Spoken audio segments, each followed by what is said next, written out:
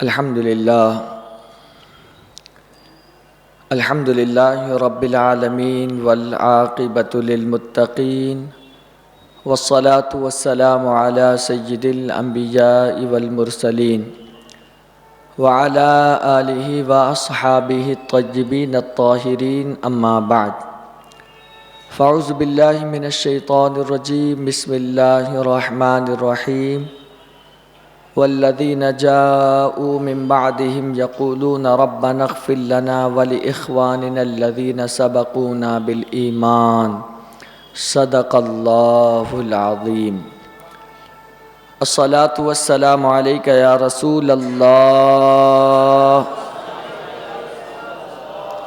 الصلاة والسلام علیک یا حبیب اللہ، الصلاة والسلام علیک یا نبی اللہ، صلی اللہ تعالی علیہ وسلم۔ میرے پیارے آقا صلی اللہ تعالی علیہ وسلم کے پیارے دیوانوں،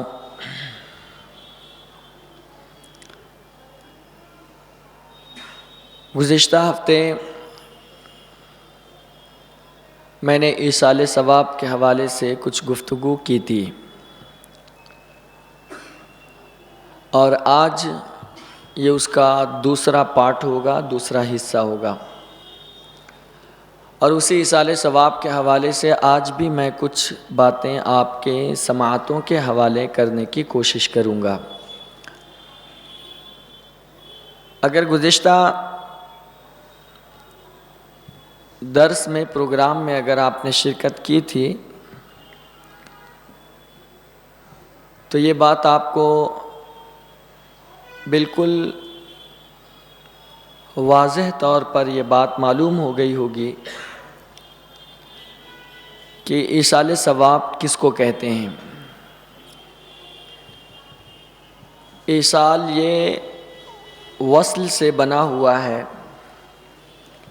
اور جب اس وصل کو باب افعال میں لے جایا جاتا ہے، اوصل یوصل ایصال، وصل کا مطلب ہوتا ہے پہنچنا، اور اسی وصل کو اوصل بنایا جائے تو پہنچانا، اور اسی سے بنا ہے ایصال۔ یہ مصدر ہے جس کا مطلب ہوتا ہے پہنچانا، ایصال ثواب یعنی ثواب کا پہنچانا۔ کیا شریعت میں نیکی کرے کوئی اور ثواب کسی اور کو پہنچے؟ عمل کرے کوئی اور ثواب کسی اور کو پہنچے؟ محنت کرے کوئی اور اس کا فائدہ کوئی اور اٹھائے؟ کیا شریعت میں ایسا ہے یا نہیں ہے؟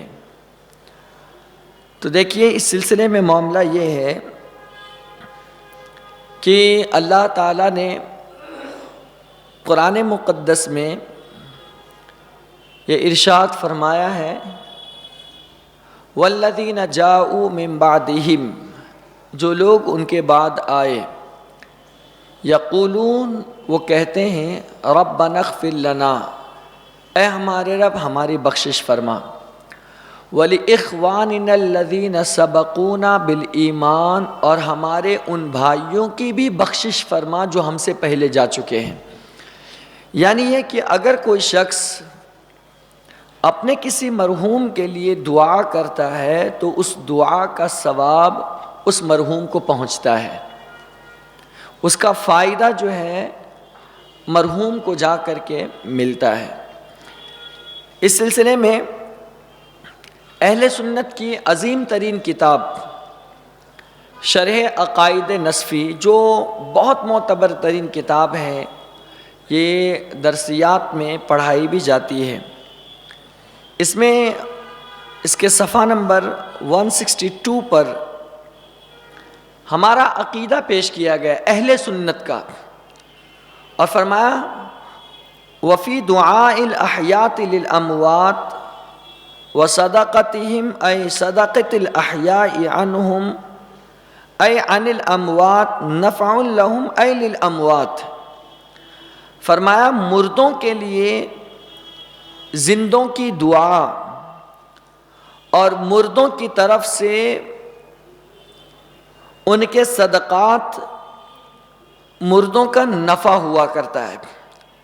یعنی اگر مردے نے کوئی ایسا کام کیا تھا جو اب تک کے صدقے جاریہ بنا ہوا ہے، وہ اگر انتقال بھی کر گیا ہے تب بھی مرنے کے بعد بھی اللہ اس کا ثواب اس مرحوم کو پہنچاتے ہی رہتا ہے، ثواب پہنچتا ہے. اس کا مطلب یہ ہے کہ اگر نیکی کرے کوئی اور اس کو کسی مرحوم کے لیے نذر کر دے تو اس کا ثواب مرحوم کو پہنچے گا. اور اس بات پر اہل سنت کا اجماع ہے، اتفاق ہے کہ اگر کوئی کسی مرحوم کے لیے دعا کرے یا صدقہ کرے یا یہ کہ نماز پڑھ کر کے یا حج کر کے کسی کے نام سے بخش دے تو اللہ تعالیٰ سب کا ثواب مرحوم کو پہنچاتا ہے. اسی کو شریعت میں کہتے ہیں ایصال ثواب، ثواب کا پہنچانا. شریعت میں یہ جائز ہے یا نہیں ہے؟ تو یہ شریعت میں بالاتفاق جائز ہے. بات دراصل یہ ہے کہ کچھ لوگوں کو الفاظ کے ساتھ اختلاف ہوتے ہیں. اس کام کو ثواب پہنچانے کو اہل سنت نے ایک نام دے دیا، ایصال ثواب. اب یہ لفظ جو ہے وہ قرآن میں ڈھونڈتے ہیں کہ کہاں لکھا ہوا ہے، یہ لفظ حدیث میں ڈھونڈتے ہیں کہ کہاں لکھا ہوا ہے، اور اسی سے لوگوں کو کنفیوز کرتے ہیں کہ ایصال ثواب کا لفظ قرآن میں یا حدیث میں دکھاؤ، اور نہیں ہے تو یہ بدعت ہے، یہ شرک ہے، ناجائز ہے، یہ حرام ہے، فلاں ہے، ڈھکاں ہے، اور طرح طرح کی باتیں کرتے ہیں. جبکہ کبھی بھی انسان کو اس کی اصل دیکھنی چاہیے. ثواب کا پہنچانا اور دعا کا مانگنا یہ میرے نبی پاک علیہ الصلوۃ والسلام سے بھی ثابت ہے. صحیح بخاری کی صحیح حدیث ہے. ایک صحابی رسول صلی اللہ تعالی وسلم چھوٹے بچے تھے ابھی، تو ان کی والدہ نے کچھ مالیدہ بنایا، اور بنانے کے بعد اللہ کے رسول صلی اللہ تعالی علیہ وسلم کی بارگاہ میں انہوں نے پیش کیا. وہ صحابیہ کے بیٹے اس مالیدہ کو پلیٹ میں لاتے ہیں، حضور کے پاس رکھتے ہیں. اللہ کے رسول صلی اللہ تعالی علیہ وسلم جو ہے ہاتھ اٹھا کر کے، حدیث میں ہے کہ قرآن میں سے جو چاہا آپ نے پڑھا، اور پھر اس کے بعد آپ نے دعا کی. تو حضور کا دعا کرنا تو بات ہی الگ ہے. حضور دعا جب کر دیتے ہیں تو اس کھانے میں اتنی برکت ہو جاتی ہے، اتنی برکت ہوتی ہے کہ اس مالیدہ میں جتنے لوگ بیٹھے ہوئے تھے سب کو بانٹ بھی دیا گیا. پھر دیکھا گیا تو اتنا کا اتنا ہی بچا ہوا ہے. اللہ کے رسول علیہ السلام نے اس بچے کو دیا اور فرمایا کہ اپنے گھر لے کر کے چلے جاؤ. حدیث میں صحیح بخاری کے اندر ہے کہ قرآن میں سے جو چاہا حضور پاک علیہ السلام نے پڑھا، اور اسی کا نام اہل سنت نے ایک رکھ دیا ہے ایصال ثواب، اور کچھ نہیں ہے. جیسے قرآن مقدس میں اللہ نے فرمایا هُوَ سَمَّاكُمُ الْمُسْلِمِينَ، اللہ تعالیٰ نے تمہارا نام مسلمان رکھا ہے. کیا رکھا ہے؟ مسلمان رکھا ہے. تم مسلم ہو، لیکن ہم اپنا نام زید، بکر، عمر، خالد، عبداللہ، عبد الرحمن، ابو بکر وغیرہ وغیرہ ہم سب نام رکھتے ہیں. تو کیا اب مجھے بتائیے، یہ عبداللہ، عبد الرحمن، ابو بکر یہ سب نام ہم نے رکھا ہے تو کیا غلط کیا ہم نے؟ کیا ہم مسلمان کے دائرے سے نکل گئے؟ ہم نکل گئے کیا؟ قرآن میں اللہ نے کہا وَسَمَّاكُمُ الْمُسْلِمِينَ، کہ اللہ تعالیٰ نے تمہارا نام مسلمان رکھا ہے. اور آپ اکثر سنتے بھی رہتے ہیں کہ اے اللہ مجھے مسلمانوں میں سے بنا، مسلمانوں میں سے رکھ، مسلمانوں میں رکھ. یہ اکثر قرآن کے الفاظ آپ کو اس طریقے سے ملتے جلتے رہیں گے. ہم مسلمان ہیں لیکن پھر بھی ہمارا دوسرا نام ہے، فلاں فلاں فلاں نام ہے، تو نام کیا تبدیل ہو جانے سے کیا اس کی حیثیت بدل جائے گی، ہم اسلام سے نکل جائیں گے؟ نہیں، اصل ہے، اصل اپنی جگہ برقرار ہے، اصل ہم یہ ہیں کہ ہم مسلمان ہیں، پھر اس کے بعد ہم زید ہے، پھر بکر ہے، پھر خالد ہے، پھر یہ ہے، پھر ہے وہ ہے، فلاں فلاں فلاں ہے۔ اسی طرح ایک اعتراض یہ بھی پڑتا ہے کہ فلاں بریلوی ہے، فلاں دیوبندی ہے، فلاں یہ ہے، فلاں وہ ہے، فلاں وہ ہے، تو اس لیے یہ سب چھوڑو اور اپنے آپ کو مسلمان کہو۔ تو یہاں بھی میں آپ کو بتاؤں کہ اصل کے اعتبار سے تو ہم مسلمان ہیں، لیکن چونکہ اللہ کے رسول علیہ الصلوۃ والسلام کو یہ بات معلوم تھی کہ اس میری امت میں 73 فرقے بنیں گے۔ کتنے بنیں گے؟ 73 بنیں گے، اور اس میں 72 جہنم میں جائیں گے، حضور نے فرمایا، اور وہ سب 72 کے 72 کلمہ پڑھنے والے ہوں گے، نماز پڑھنے والے ہوں گے، روزہ رکھنے والے ہوں گے۔ تو حضور نے فرمایا اس 73 میں سے 72 جہنم میں جائیں گے اور ایک ہی جنت میں جائے گا، حالانکہ سب اپنے آپ کو مسلمان کہہ رہے ہیں۔ تو اللہ کے رسول علیہ الصلوۃ والسلام جانتے تھے کہ اگر صرف ان کو مسلمان ہی پر موقوف کر دیا جائے تو 72 کے 72 یہ دعوے کرنے لگیں گے کہ ہم مسلمان ہیں، ہم ہی جنتی ہیں۔ تو اب اس چیز کے امتیاز کے لیے حضور نے ایک مذہب دیا اور فرمایا کہ اصل مسلمان جو ہے وہ اہل سنت و جماعہ، وہ اصل مسلمان جو ہوگا وہ اہل سنت و جماعت کا ہوگا، اور یہی جنتی ہوگا۔ اب اس میں بھی یہ ہو گیا کہ ہر آدمی اہل سنت اپنے آپ کو کہنے لگا، ہم سنی ہے، ہم اہل سنت سے ہیں۔ تو اب مولا علی نے ایک وظیفہ دے دیا کہ تمہیں پتہ لگانا ہو کہ اہل سنت کون ہے، تو ایک ہی چیز دیکھو، پتہ چل جائے گا کہ اہل سنت کون ہے۔ تو پوچھا گیا کون ہے، تو آپ نے فرمایا کہ جو اپنی ہر محفل میں اپنے مصطفیٰ پر کثرت کے ساتھ درود پڑھے، سمجھ لینا وہی اہل سنت و جماعت ہے۔ اور یہ نشانی ہمارے علاوہ کہیں اور نہیں ملے گی، ہمارے علاوہ آپ کو کہیں نہیں ملے گی۔ اور نیچے آئیے، تو مولا علی نے دیا تھا۔ اب جب بعد میں آئے تو اب فرقے اور بننے لگے، چکڑالوی بنا، مرزائی بنا، دیوبندی بنے، اہل حدیث بنے، غیر مقلد بنے۔ اب سب اپنے آپ کو اہل سنت کہہ رہے تھے، اور اہل سنت کا نعرہ تھا۔ تو متفقہ طور پر بعد کے علماء نے اسی مسلمان سے اہل سنت، اب اسی اہل سنت کی پہچان اصل جو ہے امتیاز کرنے کے لیے مسلک اعلی حضرت کا نام دے دیا گیا۔ اب فرق ہو گیا کہ اہل سنت حقیقت میں وہی ہے جو اعلی حضرت عظیم البرکت مجدد دین و ملت الشاہ امام احمد رضا خان کے طریقہ کار پر چلا کرتا ہے۔ اصل ہے ہم مسلمان، ہم مسلمان سے ہٹے ہوئے نہیں ہیں، ہم اصل مسلمان ہیں، اس لیے کہ ہمارا نام اللہ نے قرآن میں مسلمان رکھا ہے۔ ہم اٹھیں گے بھی مسلمان ہو کر، اس لیے کہ ہم مسلمان ہیں۔ ہم نے اقرار باللسان و تصدیق بالقلب، ہم نے زبان سے اس کا اقرار بھی کیا ہے اور دل سے ہم نے قبول بھی کیا ہے۔ بات سمجھ میں آئی آپ کو؟ تو بس اسی طرح اصل ہے دعا مانگنا، کیا ہے؟ اور اس دعا میں ثواب کا پہنچانا۔ اصل کیا ہے؟ ایصال ثواب میں اصل کیا ہے؟ ثواب کا پہنچانا۔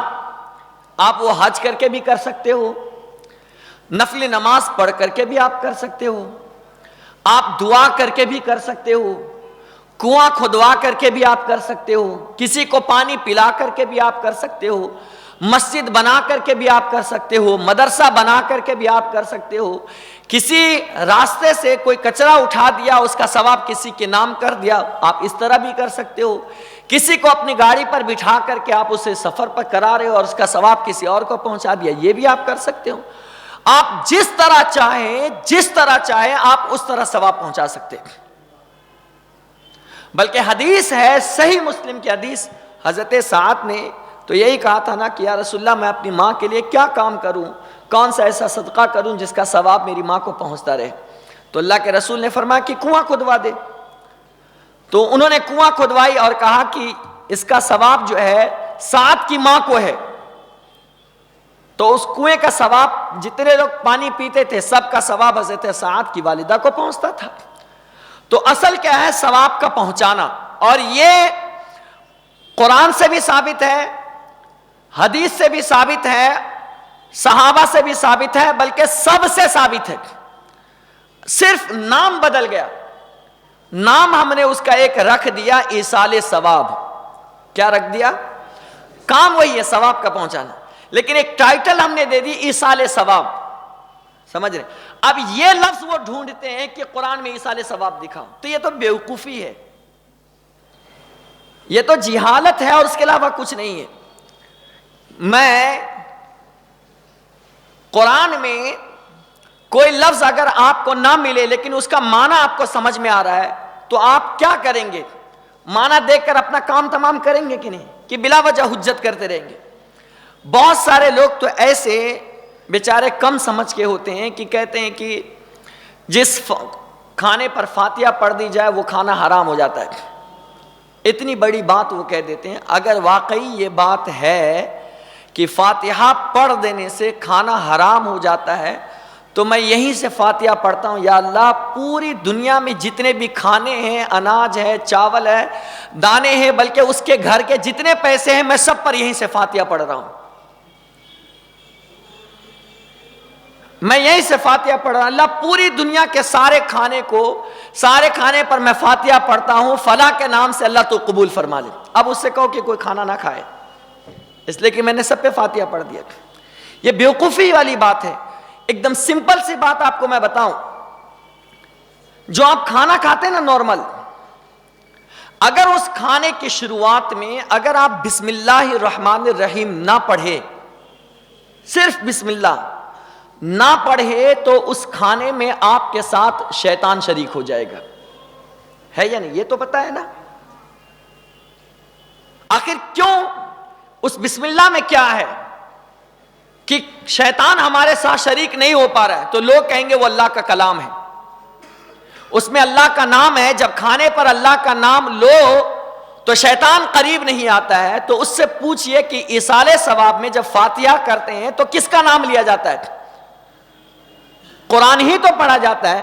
جب ایک آیت کے پڑھنے کی وجہ سے شیطان پر وہ کھانا حرام ہو جاتا ہے تو اس میں تو سورہ فاتحہ پڑھی جاتی ہے، سورہ فلق پڑھی جاتی ہے، سورہ ناس پڑھی جاتی ہے، آیت الکرسی پڑھتے، قل واللہ پڑھتے. ایک آیت کی اتنی برکت ہے تو کئی آیتیں پڑھنے پر اللہ کتنا ثواب عطا فرمائے گا اور کتنی برکتیں عطا فرمائے گا. اس لیے کہتے ہیں خدا جب دین لے لیتا ہے تو عقل بھی چھین لیتا ہے. بات دراصل یہی ہے. اور ثواب پہنچانے کا کتنا بڑا اجر ہے پتہ ہے؟ آئیے میں آپ کو ایک حدیث آپ کو سناتا ہوں تو آپ کا دل ٹھنڈا ہو جائے گا. بلکہ ایک واقعہ ہے. اس واقعے کو حضرت مالک بن دینار رضی اللہ تعالیٰ عنہ کی طرف منسوب کیا گیا ہے، اور یہ بیان کرنے والے امام جلال الدین سیوطی رحمت اللہ تعالی علیہ ہیں. وہ اپنی کتاب شرح الصدور کے جلد 1 صفحہ نمبر 298 پر اس پورے واقعے کو نقل کرتے ہیں. حضرت مالک بن دینار رضی اللہ تعالیٰ عنہ فرماتے ہیں کہ میں جمعہ کی رات قبرستان گیا. میں نے وہاں دیکھا کہ نور چمک رہا ہے. میں نے خیال کیا کہ اللہ تعالیٰ نے قبرستان والوں کو بخش دیا ہے. حضرت مالک بن دینار کہتے ہیں کہ میں نے خیال کیا کہ اللہ تعالیٰ نے قبرستان والوں کو بخش دیا ہے. غیب سے آواز آئی، اے مالک بن دینار، یہ مسلمانوں کا تحفہ ہے جو انہوں نے قبر والوں کو بھیجا ہے. جو نور کا تحفہ ہے یہ مسلمانوں کا تحفہ ہے جو انہوں نے قبر والوں کو بھیجا ہے. اس کا مطلب کر کوئی اور رہا ہے، ثواب کسی اور کو پہنچ رہا ہے. بات سمجھ رہے ہیں؟ میں نے کہا کہ تمہیں خدا کی قسم، مالک بن دینار کہتے ہیں اے قبر والو تمہیں خدا کی قسم مجھے بتاؤ مسلمانوں نے کیا تحفہ بھیجا ہے تمہارے لیے؟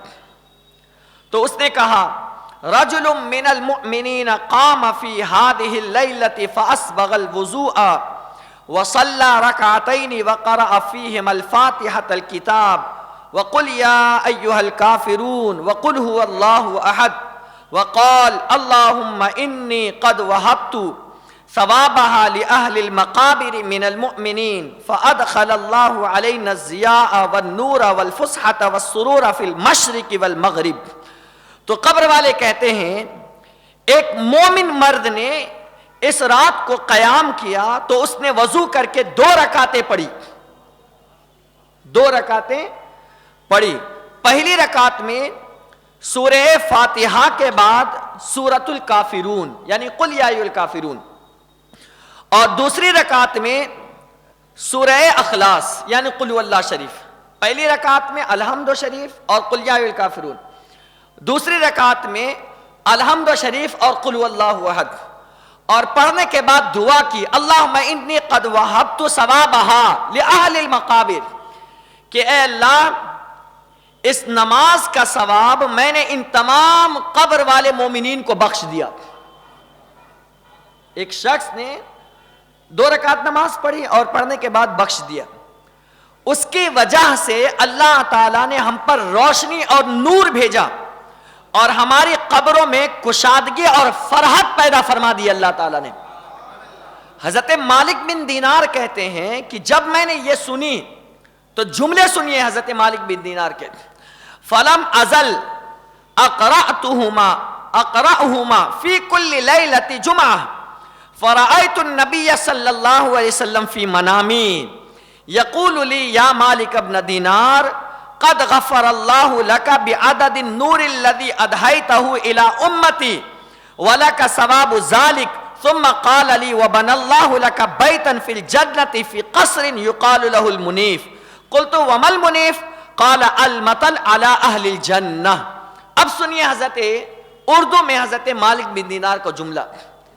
حضرت مالک بن دینار کہتے ہیں کہ جب میں نے ان سے سن لی کہ 2 رکعت پڑھنے کی وجہ سے اتنا بڑا ثواب ملتا ہے تو کہتے ہیں کہ میں نے اس کے بعد ہمیشہ ہر شب جمعہ کو، جمعرات دن ڈھلنے کے بعد جو رات آتی ہے اسے شب جمعہ کہتے ہیں، جمعہ سے پہلے والی رات. تو حضرت مالک بن دینار کہتے ہیں میں نے ہر شب جمعہ کو یہ 2 رکعتیں پڑھنے کا معمول بنا لیا. یہ 2 رکعتیں ہر شب جمعہ کو میں یہ 2 رکعت پڑھتا تھا. جب میں نے یہ معمول بنا لیا تو مصطفیٰ جان رحمت خواب میں تشریف لائے. حضور خواب میں تشریف لائے اور فرمایا اے مالک بن دینار بے شک اللہ تعالی نے تجھے بخش دیا ہے جتنی مرتبہ تو نے میری امت کو یہ نور کا ہدیہ بھیجا ہے تجھے بخش دیا ہے. اور اللہ تعالیٰ نے تیرے لیے جنت میں ایک مکان بنایا ہے. یعنی اگر کسی مردے کو ہم ایصال ثواب کرتے ہیں چاہے نماز کی شکل میں ہو یا کسی بھی شکل میں تو بھیجنے والے کے لیے اللہ جنت میں ایک مکان بناتا ہے اور اس کی بخشش تو کرتا ہی کرتا ہے، ساتھ میں اللہ ہماری بھی بخشش فرماتا ہے. ہماری بھی بخشش ہوتی ہے تو ان کی قسمت میں نہیں ہے، کوئی بات نہیں ہے. جنت ویسے بھی عاشق رسول ہی کے لیے بنائی گئی ہے، ویسے بھی ہمارے لیے ہی ہے. تو فرمایا کہ اللہ تعالیٰ نے، حضور فرماتے ہیں مالک اللہ تعالیٰ نے تیرے لیے جنت میں ایک مکان بنایا ہے جس کا نام منیف ہے. قلت، تو حضرت مالک کہتے مالک بن دینار میں نے کہا، میں نے عرض کی مل منیف یا رسول اللہ منیف کیا ہے صلی اللہ تعالی وسلم؟ قال المطل علی اہل الجنہ، فرمایا منیف وہ جگہ ہے جس کو اہل جنت دیکھ کر اس پر رشک کریں گے. اس گھر کو دیکھ کر اہل جنت، جنت والے دیکھ کر رشک کریں گے کہ ایسا مکان اور ایسی جگہ اللہ تعالیٰ نے اس شخص کو عطا کیا ہے جو کسی دوسرے مسلمان کے لیے بخشش کی دعا کرتے ہیں. تو اس سے پتہ یہ چلتا ہے کہ فاتحہ کرنا یا یہ کسی کے لیے دعا کرنا یہ کوئی بری بات نہیں ہے، بلکہ اس کا ثواب اور اس کا اجر اللہ تعالی عطا فرماتا ہے. اور یہ بھی سن لیجئے ایک اور بات. حضرت عبداللہ ابن عباس رضی اللہ تعالیٰ عنہما سے مروی ہے، وہ فرماتے ہیں کہ اللہ کے رسول علیہ الصلوۃ والسلام نے ارشاد فرمایا مل میت فی القبر الا کالغریق المتغوص ينتظر دعوة تلحقه من اب او ام او اخ او صدیق فاذا لحقته كان احب الیہ من الدنیا وما فیها وان اللہ تعالی لیدخل على اہل القبور من دعاء اہل الارض امثال الجبال وان ہدیۃ الاحیاء الى الاموات الاستغفار لهم. کہ فرماتے ہیں حضرت عبداللہ ابن عباس کہ رسول اللہ صلی اللہ تعالی علیہ وسلم نے فرمایا کہ مردوں کی حالت قبر میں ایسے ہوتی ہے جیسے کوئی ڈوبنے والا فریاد کر رہا ہو اور انتظار کر رہا ہو کہ کوئی میری طرف کچھ بھیجے، کوئی میری طرف کچھ. آج تو حالت یہ ہے کہ کچھ لوگ ایسے بھی ہو گئے کہ قبر میں جیسے ہی مردوں کو دفن کرتے ہیں تو وہاں دعا بھی نہیں مانگنے دیتے ہیں، وہاں اذان تک کے نہیں پڑھنے دیتے ہیں. حالانکہ حدیث میں 10 حوالے موجود ہیں اس پر کہ تلقین کرنے کا حکم دیا میرے رسول پاک علیہ السلام نے کہ وہاں کلمے پڑھو، وہاں اللہ کا ذکر کرو، اللہ کا نام لو. اس لیے کہ جب انسان اس قبر کے اوپر جب اللہ کا نام لیتا ہے اور فرشتے منکر نکیر قبر میں آتے سوال کرنے، تو منکر نکیر دونوں آپس میں اپنے ہاتھ کو پکڑ لیتے ہیں اور کہتے ہیں اس شخص سے کیا سوال کرنا جس کے اوپر سے ان کا جواب بتا رہا ہے. اس شخص سے ہمیں سوال کیا کرنا ہے جو اوپر سے اس کو جواب مل رہا ہے. اسی لیے اہل سنت نے اذان کا جو فیصلہ کیا ہے وہ اسی لیے کیا ہے کہ منکر نکیر جب سوال کرنے آئے تو اس قبر میں رہنے والے مردے کو اشہد ان لا الہ الا اللہ کی صدائیں بھی پہنچ رہی ہو اور اشہد ان محمد رسول اللہ کی آواز بھی پہنچ رہی ہو، کیونکہ اللہ کے بارے میں بھی سوال ہوگا اور حضور کے بارے میں بھی سوال، اور دونوں جواب اوپر سے مل جائے گا. تو یہ بھی ہماری ہی قسمت میں ہے، یہ بھی آپ کو بتا دو ہماری ہی قسمت میں. ان کے یہاں نہ اذان ہے نہ دعا ہے، کچھ نہیں، لیکن اللہ کے کرم سے ہمارے یہاں دعا بھی ہے اور اذان بھی ہے اور ان کی بخشش کے لیے استغفار بھی ہے، سب کچھ موجود ہے ہمارے یہاں. تو میرے رسول نے فرمایا ہے کہ مردوں کی حالت قبر میں ایسے ہوتی ہے جیسے کوئی ڈوبنے والا فریاد کر رہا ہو، وہ انتظار کرتا ہے اس کے باپ، ماں، بھائی یا دوست کی طرف سے اس کو کسی کی دعا پہنچے. کوئی تو اس کے لیے دعا کر دے، کوئی تو اس کے لیے قرآن پڑھ دے، کوئی تو اس کے لیے کچھ نہ کچھ صدقہ کر دے. یہ انتظار کرتے رہتے ہیں مردے، اور جب اس کو کسی کی دعا پہنچتی ہے تو دعا کا پہنچنا دنیا اور دنیا میں جو کچھ ہے سب سے بہتر چیز اس مردے کے لیے وہی چیز ہوا کرتی ہے، کیونکہ تن کا ہی سہارا ہو جاتا ہے ان کے لیے کہ جو بھی دعائیں کی جاتی ہیں ان کے لیے سہارا. تو فرمایا جو کچھ دنیا ہے اور دنیا میں جو کچھ ہے وہ ساری کی ساری چیزوں سے بہتر ان کے لیے وہ دعا ہوتی ہے جو زندہ کسی مرحوم کے لیے دعا کرتے ہیں. اور فرمایا بے شک اللہ تعالی اہل زمین کی دعا سے، اہل زمین کی دعا سے مطلب زندوں کی دعا سے، اہل قبور کو یعنی مردوں کو پہاڑوں کی طرح اجر و ثواب عطا فرماتا ہے. اگرچہ ان کی نیکی کرنا ان کے لیے بند ہے، لیکن ہم اگر ان کے لیے استغفار کرتے رہے، دعائیں کرتے رہے، تو اللہ ہماری دعاؤں کی برکت کی وجہ سے اللہ تعالیٰ ان کو پہاڑوں کی طرح ثواب عطا فرماتا ہے. اور یہ لوگ جو کہتے ہیں کہ قرآن خوانی مت کرو، یہ چیزیں ہیں نہ بدعت ہے، آپ تاریخ پڑھیے ابن تیمیہ کے قبر پر تقریباً 6000 سے زائد قرآن پڑھے گئے، جو غیر مقلدوں کا سب سے بڑا امام مانا جاتا ہے، لیکن ان کے نزدیک قرآن پاک کی تلاوت منع نہیں ہے. اور آج جو ہے نا چدے پدے آ کر کے کہتے ہیں کہ یہ بدعت ہے، یہ ناجائز ہے، یہ فاتحہ کرنا حرام ہے. ان کے مولویوں کے گھر کا حوالہ دے رہا ہوں کہ تقریباً 6000 سے زائد مرتبہ لوگوں نے آ کر کے اس کے یہاں تلاوتیں کی اور قرآن پڑھا ہے. تو یہ ساری چیزیں بالاتفاق جائز ہے، بس لوگوں کے اندر اختلاف اور انتشار کرنے کی کوشش کی ہے. تو اسی لیے آپ کسی کی بات پر نہ جائیں. میں اس پر اور بھی آگے انشاءاللہ حوالے دوں گا کیونکہ یہ میرا وقت ختم ہو چکا ہے. یہ دوسرا حصہ تھا. تیسرا حصہ انشاءاللہ تعالی جو میں نے پچھلے ہفتے حدیث کا جز چھوڑا تھا وہ انشاءاللہ آنے والے ہفتے پر بیان کروں گا. اللہ تعالی ہم سب کو ان تمام باتوں پر عمل کی توفیق عطا فرمائے, اور دوران گفتگو کوئی غلطی کوئی خطا ہو تو اللہ اپنے حبیب کے صدقے میں معاف فرمائے. وما علینا الا البلاغ المبین. السلام علیکم ورحمۃ اللہ وبرکاتہ.